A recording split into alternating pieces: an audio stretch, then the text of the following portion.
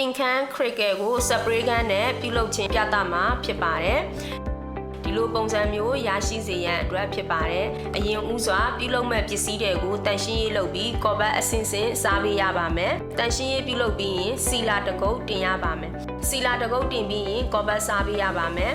ကိုအသုံးပြုမဲ့ပစ္စည်းတွေကိုအဟောင်းတဲ့ဖြစ်နေမယ်ဆိုရင်ပစ္စည်းအဟောင်းတွေကိုတန်ရှင်းရေးလုပ်ပြီးကော်ဘတ်အရင်စား၍တန်ရှင်းရေးပြုလုပ်ပေးရပါမယ်ဒါကတော့စီလာတင်ပြီးသားကော်ဘတ်စားပြီးသားအဆင့်ပစ္စည်းတွေများဖြစ်ပါတယ်ပစ္စည်းတွေများကိုခရစ်ကယ်ပြုလုပ်ရန်အောက်ခံအယောင်မှုတ်ပေးရမှာဖြစ်ပါတယ်ခရစ်ကယ်က NC ပေါ်မှာပဲကွဲတာဖြစ်တဲ့အတွက် NC တဲကိုလိုချင်တဲ့အယောင်ရွှေမုံကြေးမုံကိုထဲမှုတ်ပေးရမှာဖြစ်ပါတယ်အယောင်လိုအပ်ပါက NC တဲကို3801 Pigment Stain ထဲမှုတ်လို့ရပါတယ်အခု NCC လာတဲကိုကြေးမုံထဲမှုတ်မှာဖြစ်ပါတယ်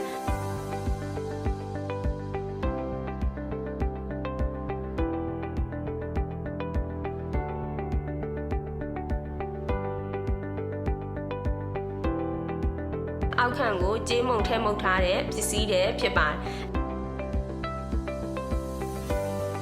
NCC လာတဲ့ကိုရွှေမုံထဲမှုတ်မှာဖြစ်ပါတယ်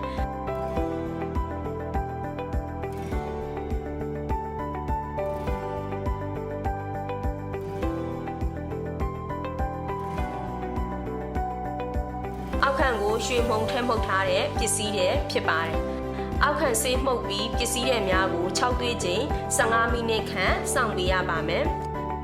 6သွေးချိန်ပြည့်ပြီးသားပစ္စည်းတွေများပေါ်သို့အသင်းဖြော်ဆက်ထားတဲ့ခရစ်ကယ်ကိုစပရေးကန်သုံးပြီးတင်ပါမယ်ခရစ်ကယ်အကွဲပြည့်ချိန်စောင့်ရပါမယ်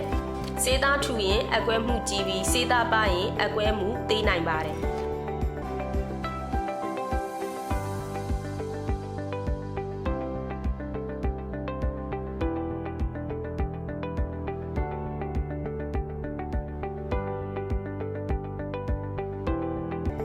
စေးသားအကွဲမှု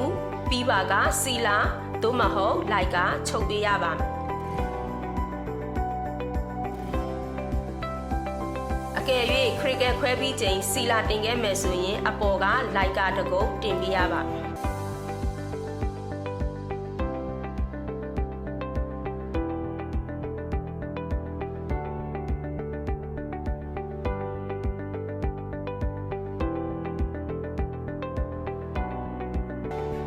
ကနုတ်ပြားပေါ်မှာအောက်ခံအယောင်ဖြစ် NCC လာတဲ့ကိုရွှေမုံထဲမှုတ်ထားတဲ့ပစ္စည်းတွေဖြစ်ပါတယ်။အောက်ခံဆေးမှုတ်ပြီးပစ္စည်းတွေများကို6သွေးချိန်15မိနစ်ခန့်စောင့်ပေးရပါမယ်။6သွေးချိန်ပြည့်ပြီးသားကနုတ်အဝိုင်းပြားပေါ်သို့ခရစ်ကယ်ကိုမှုတ်ပေးရပါမယ်။